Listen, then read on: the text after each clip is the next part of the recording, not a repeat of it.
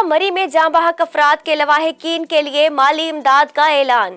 وزیر اعلیٰ پنجاب سردار عثمان بزدار کی جانب سے جاں بحق افراد کے لواحقین کے لیے فی کس 8 لاکھ روپے کی مالی امداد کا اعلان کر دیا گیا۔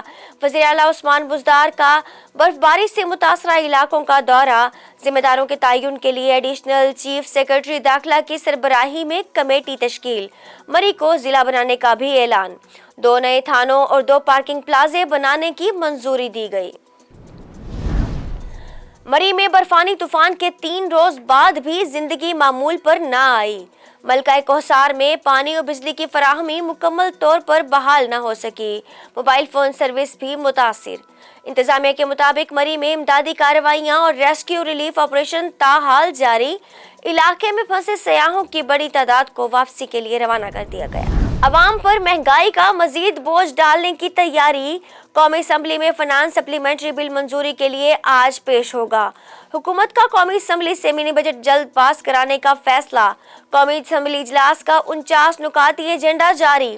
بل کے ذریعے 339 ارب روپے کی ٹیکس چھوٹ ختم کی جائے گی۔ وفاقی وزیر خزانہ شوکت ترین آج قومی اسمبلی میں فنانس سپلیمنٹری بل منظوری کے لیے پیش کریں گے۔ منی بجٹ کی منظوری روکنے کے لیے متحدہ اپوزیشن کا اہم اجلاس آج ہوگا۔ پاکستان مسلم لیگ نون کی ترجمان مریم اورنگزیب کے مطابق قائد حزب اختلاف شہباز شریف آج صدارت کریں گے۔ اجلاس میں finance bill, foreign funding case سمیت دیگر اہم امور پر مشاورت ہوگی۔ نیو یارک کی رہائشی عمارت میں خوفناک آتش زدگی، 9 بچوں سمیت 19 افراد ہلاک۔ نیو یارک کے میئر ایرک ایڈمز کے مطابق آگ سے جھلس کر 32 افراد زخمی بھی ہوئے، جن میں سے کئی کی حالت تشویشناک ہے۔ فائر ڈپارٹمنٹ کے مطابق آگ بجلی کے ہیٹر کی خرابی کی وجہ سے بھڑکی، جبکہ نیو یارک میں 30 سالوں میں سب سے زیادہ ہلاکتیں دیکھنے میں آئی ہیں، تاہم امدادی کارروائیاں جاری ہیں۔ پاکستان کورونا مریضوں کے حوالے سے مرتب فہرست میں 40ویں نمبر پر آ گیا۔ کورونا کیسز کی شرح میں مسلسل اضافہ، 24 گھنٹوں کے دوران 3.5% سے زائد تعداد بڑھ گئی۔ NCOC کے مطابق ملک میں کورونا وائرس کے مزید 1649 کیسز رپورٹ، مزید 3 مریض زندگی کی بازی ہار گئے۔ محکمہ صحت سندھ کے مطابق کراچی میں مزید 28 افراد میں اومیکرون کی تصدیق، شہر قائد میں اومیکرون کی تصدیق شدہ کیسز کی تعداد 191 ہو گئی۔ رمضان شوگر ملز ریفرنس میں لاہور کی احتساب عدالت نے حمزہ شہباز کی بریت کی درخواست پر سماعت 20 جنوری تک ملتوی کر دی۔ وکلاء سے دلائل طلب، حمزہ شہباز رمضان شوگر ملز اور منی لانڈرنگ ریفرنسز میں احتساب عدالت میں پیش ہوئے۔ شہباز شریف اسلام آباد میں مصروفیت کی وجہ سے اپنے خلاف تینوں ریفرنسز میں پیش نہ ہوئے۔ عدالت نے شہباز شریف کی حاضری معافی کی درخواست منظور کر لی۔ وفاقی وزیر سائنس اور ٹیکنالوجی شبلی فراز نے کہا کہ اسلام آباد اور پنجاب کے بلدیاتی انتخابات الیکٹرانک ووٹنگ مشین پر ہوں گے۔ حکومت الیکشن کمیشن کا ہاتھ بٹانے کے لیے تیار ہے۔ انہوں نے کہا کہ اپوزیشن کو الیکٹرانک ووٹنگ مشین کے حوالے سے تنقید برائے تنقید کرنا ختم کرنا ہوگی۔ ٹھپا برائے ٹھپا کا دور چلا گیا اور اب موجودہ دور ٹیکنالوجی کا ہے۔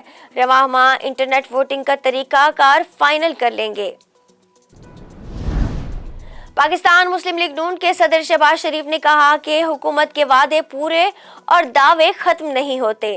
شہباز شریف نے ٹویٹ کرتے ہوئے کہا کہ کسان یوریا کھاد کی تلاش میں مارے پھر رہے ہیں اور بلیک مارکیٹ میں مہنگے داموں خریدنے پر مجبور ہیں۔ پاکستان پیپلز پارٹی کے چیئرمین بلاول بھٹو نے وکلاء سے 27 فروری کے لانگ مارچ میں حصہ لینے کی اپیل کر دی۔ بلاول ہاؤس لاہور میں چیئرمین پیپلز پارٹی کی زیر صدارت جنوبی پنجاب کے ایگزیکٹوز کا اجلاس ہوا، جس میں بلاول بھٹو کو 27 فروری کے لانگ مارچ کی تیاریوں سے متعلق بریفنگ دی گئی۔ اجلاس سے خطاب میں بلاول بھٹو زرداری کا کہنا تھا کہ 27 فروری کا مارچ پیپلز پارٹی کے احتجاج کا تسلسل ہے۔ اب عوامی احتجاج کا نہ رکنے والا سلسلہ چل پڑا ہے۔ حکومت کے خاتمے پر ہی عوام چین سے بیٹھیں گے۔